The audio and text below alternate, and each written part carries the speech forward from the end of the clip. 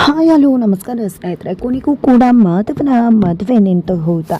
ಈ ಕಡೆ ಮಾಧವ ಮದುವೆ ಮನೆಯಿಂದ ಹುಟ್ಟಿದಾಗದ. ಹಾಗಿದ್ರೆ ಸೂರ್ಯಕಾಂತ್ ಚಂದ್ರಕಾಂತ್ ಮದುವೆ ಮನೆಗೆ ಎಂಟ್ರಿ ಕೊಟ್ಟಿದ್ದಾರೆ. ಹಾಗಿದ್ರೆ ಏನಾಯಿತು, ಏನು ಕಥೆ, ಇದು ಎಲ್ಲವನ್ನ ಕೂಡ ತಿಳ್ಕೋಬೇಕು ಅಂದರೆ ಈಗಲೇ ನಮ್ಮ ಈ ಚಾನಲ್ನ ಸಬ್ಸ್ಕ್ರೈಬ್ ಮಾಡಿ, ಹಾಗೆ ಈ ಒಂದು ವಿಡಿಯೋವನ್ನು ಪೂರ್ತಿಯಾಗಿ ನೋಡೋದನ್ನು ಯಾವುದೇ ಕಾರಣಕ್ಕೂ ಕೂಡ ಮರಿಬೇಡಿ.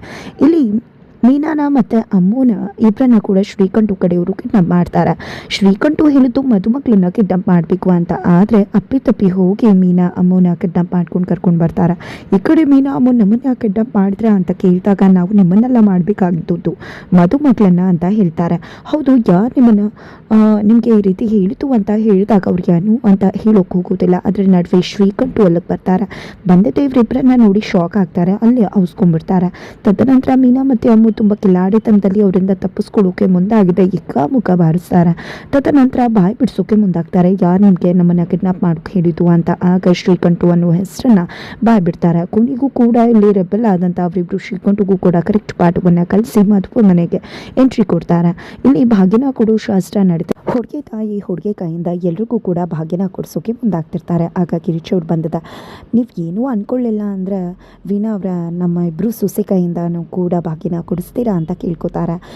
ಅದಕ್ಕೆ ಸ್ವಲ್ಪ ಕೂಡ ಇಷ್ಟ ಅಲ್ಲ ವೀಣಾ ಅವ್ರಿಗೆ. ಆದರೂ ಕೂಡ ಇನ್ನೇನು ಮಾಡೋದು, ಗಿರಿಜವ್ರ ಮುಂದೆ ಕೆಟ್ಟವ್ರು ಆಗಬೇಕಲ್ಲ ಅನ್ನೋ ಕಾರಣಕ್ಕೆ ಸರಿ ಆಯಿತು, ಅದರಲ್ಲಿ ಏನಿದೆ ಕೊಡಿಸಿ ಅಂತ ಹೇಳ್ತಾರೆ.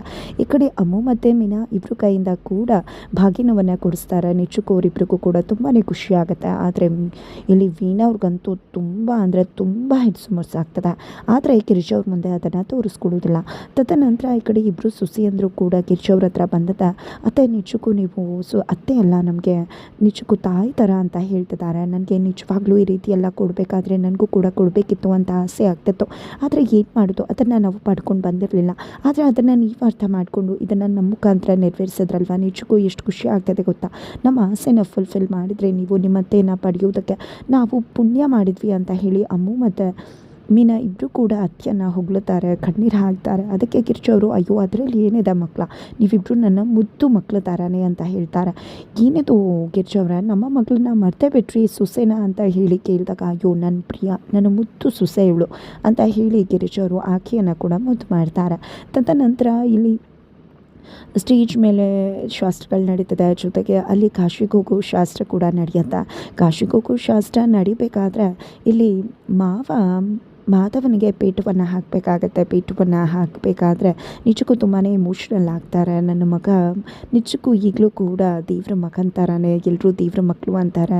ನನ್ನ ಮುದ್ದು ಮಗ ಇವನು ದೇವ್ರಂಥ ಮಗ, ಇಂಥ ಮಗನ ಪಡೆಯೋದಕ್ಕೆ ನಾವೇ ಧನ್ಯರಾಗಿದ್ವಿ ಅಂತ ಹೇಳಿ ಮಾವ ಕಣ್ಣೀರು ಹಾಕ್ತಿದ್ದಾರೆ. ಅವರೇ ಶಾಸ್ತ್ರವನ್ನು ಮಾಡಬೇಕಾಗಿರೋದ್ರಿಂದ ಪೀಠ ಎಲ್ಲವನ್ನೂ ಕೂಡ ಹಾಕ್ತಾರೆ. ನಂತರ ಆಶೀರ್ವಾದ ತಗೋಬೇಕು ಅಂತ ಹೇಳಿದಾಗ, ಅಯ್ಯೋ ಬೇಡ ಬೇಡ, ಅಪ್ಪನ ಆಶೀರ್ವಾದ ತಗೋ ಅಂತ ಮಾವ ಹೇಳಿದಕ್ಕೆ, ಅದು ಹೇಗಾಗುತ್ತೆ ಸುಂದರ, ನೀನು ಅಪ್ಪನ ಥರನೇ ತಾನೇ, ಮಾವ ಅಂದಮೇಲೆ ನಿನಗೂ ಕೂಡ ಹಕ್ಕಿದೆ, ನೀನು ಕೂಡ ಅವನಿಗೆ ಆಶೀರ್ವಾದ ಮಾಡಲೇಬೇಕು, ಅದು ನಿನ್ನ ಜವಾಬ್ದಾರಿ, ಸುಮ್ಮನೆ ಮಾಡು ಅಂತ ನಂದವ್ರು ಕೂಡ ಹೇಳ್ತಾರೆ. ಸರಿ ಆಯಿತು ಅಂತ ಹೇಳಿ ಮುತ್ತು ಮಗ ಮಾಧವಂಗೆ ಆಶೀರ್ವಾದವನ್ನು ಕೂಡ ಮಾಡ್ತಾರೆ. ತದನಂತರ ಕಾಶಿಗೆ ಹೋಗೋ ಶಾಸ್ತ್ರ ಕೂಡ ನಡೀತದೆ. ನಮ್ಮ ಮಕ್ಕಳನ್ನ ನಿಮ್ಮ ಜೊತೆ ಕಳಿಸ್ಕೊಡ್ತೀವಿ, ಕಾಶಿಗೆ ಹೋಗಬೇಡಿ ಅಂತ ಹೇಳಿ ಪ್ರಿಯ ತಂದೆ ಕೂಡ ಹೇಳ್ತಾರೆ. ಈ ಒಂದು ಶಾಸ್ತ್ರ ಕೂಡ ತುಂಬ ಸುಲಭವಾಗಿ ನಡೆಯುತ್ತೆ. ಆ ಕಡೆ ಅಲ್ಲೂ ಕೂಡ ಮೀನಾ ಅಮ್ಮ ತುಂಬ ಚೆನ್ನಾಗಿ ಜೋಕ್ ಕೂಡ ಮಾಡ್ತಾರೆ. ಇದೆಲ್ಲದರ ನಡುವೆ ಮತ್ತೆ ಹಿರಿಯರ ಪಾದಪೂಜೆ ಮಾಡಬೇಕಾಗಿರೋ ಶಾಸ್ತ್ರವನ್ನು ಮಾಡಬೇಕಾಗತ್ತೆ. ನಂತರ ಪುರೋಹಿತರು ನಿಮ್ಮ ಮನೇಲಿ ಯಾರಾದರೂ ಹಿರಿಯರಿದ್ರೆ ಅವ್ರನ್ನ ಕರ್ಕೊಂಡು ಮನೆಯವ್ರ ಪೂಜೆ ಮಾಡಬೇಕಾಗತ್ತೆ ಅಂತ ಹೇಳಿದಾಗ, ಅಲ್ಲಿ ಇದ್ದಂಥ ಸುತ್ತಮುತ್ತ ಜನ ನಂದಣ್ಣಂಗೆ ಎಲ್ಲಿ ಸಂಬಂಧಿಕರಿದ್ದಾರೆ, ಯಾರೂ ಕೂಡ ಹಿರಿಯರೇ ಇಲ್ಲ ಅವ್ರ ಫ್ಯಾಮಿಲಿಲಿ ಅಂತ ಹೇಳ್ತಾರೆ. ಅದರಿಂದಾಗಿ ತುಂಬ ಬೇಜಾರಾಗುತ್ತೆ ಎಲ್ರಿಗೂ ಕೂಡ. ಆದರೆ ಇಲ್ಲಿ ನಂದ ಅವರು ಖಂಡಿತ ನನಗೆ ಯಾಕೆ ಹಿರಿಯರಿಲ್ಲ, ನನಗೆ ಹಿರಿಯರಿದ್ದಾರೆ ಅಂತ ಹೇಳಿ ಮನಸ್ಸಲ್ಲಿ ಅನ್ಕೋತಿರ್ತಾರೆ. ಅದರ ನಡುವೆ ಪುರೋಹಿತರು ಮತ್ತು ಈ ಶಾಸ್ತ್ರವನ್ನು ಇಲ್ಲಿಗೆ ನಿಲ್ಲಿಸ್ಬಿಡೋಣ, ಈ ಶಾಸ್ತ್ರವನ್ನು ಮಾಡೋದು ಬೇಡ ಅಂತ ಅನ್ಕೋತಾರೆ. ಆದರೆ ಇಲ್ಲಿ ನಂದ ಅವರು ಯಾಕೆ ಮಾಡೋದು ಬೇಡ, ಹನುಮಂತಣ್ಣ ಬನ್ನಿ, ನೀವಿಲ್ಲಿ ಕೂತ್ಕೊಳ್ಳಿ, ನೀವೇ ನಮ್ಮ ಮನೆಯ ಹಿರಿಯ ವ್ಯಕ್ತಿ ಅಂತ ಹೇಳ್ತಾರೆ. ಏನು ಮಾತಾಡ್ತಿದ್ಯಾ ನಂದ ನೀನು, ನಾನು ನಿನ್ನ ಅಂಗಡಿಲಿ ಕೆಲಸ ಮಾಡೋನು, ನೀನು ನನ್ನ ಪಾದ ತೊಳೆಯೋದಾ, ಬೇಡವೇ ಬೇಡ ಅಂತ ಹೇಳ್ತಾರೆ. ಯಾಕೆ ರೀತಿ ಮಾತಾಡ್ತಿದ್ರಾ, ದಯವಿಟ್ಟು ಬಂದು ಕೂತ್ಕೊಳ್ಳಿ ಅಂತ ನಂದವ್ರು ಹೇಳ್ತಾರೆ. ಗಿರೀಶವರು ಕೂಡ ಅದನ್ನೇ ಹೇಳ್ತಾರೆ.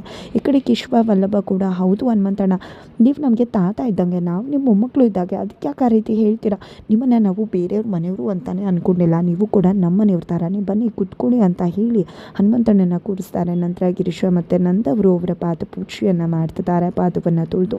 ನಂತರ ಅವರಿಬ್ಬರಿಗೂ ಕೂಡ ಹನುಮಂತು ತಾತ ಆಶೀರ್ವಾದವನ್ನು ಮಾಡ್ತಾರೆ. ನಂತರ ಇಲ್ಲಿ ಮಾಧವನ ಆಶೀರ್ವಾದ ತಗೋ ಮಾಧವ ಅಂತ ನಂದವರು ಹೇಳ್ತಿದ್ದಾಗೆ ಮಾಧವ ಕೂಡ ಬಂದು ಆಶೀರ್ವಾದವನ್ನು ಹನುಮಂತನಂತ ಹತ್ರ ತಗೋತಾರೆ.